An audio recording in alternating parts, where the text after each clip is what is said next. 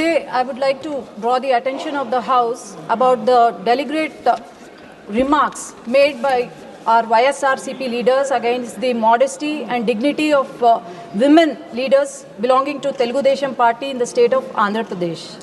As the father of nation, Mahatma Gandhi said, to call a woman as a weak sex is liable. It is man's injustice towards women. We might be very brute in terms of brute strength, we might be less brute. But in terms of moral strength, we are far better than men. Speaker ma'am, today these remarks have been made when the nation talks about 33% reservation, women reservation, when nation no more talks about women development but women-led development, which is under our Honorable Prime Minister Shri Narendra Modi ji and our Honorable Chief Minister Chandrababu Naidu garu.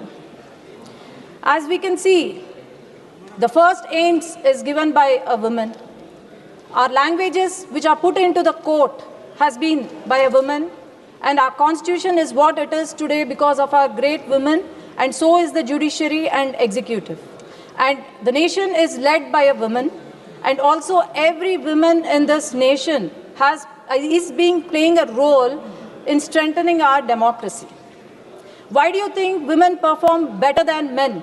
This is because we care.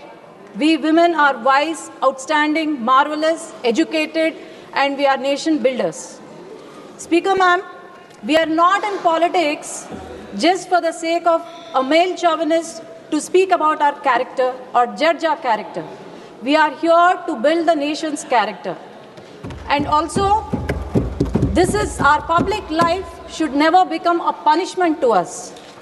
Speaker ma'am, today these remarks, not just verbal abuse, this verbal abuse, I can tell that it is equally offensive as sexual abuse.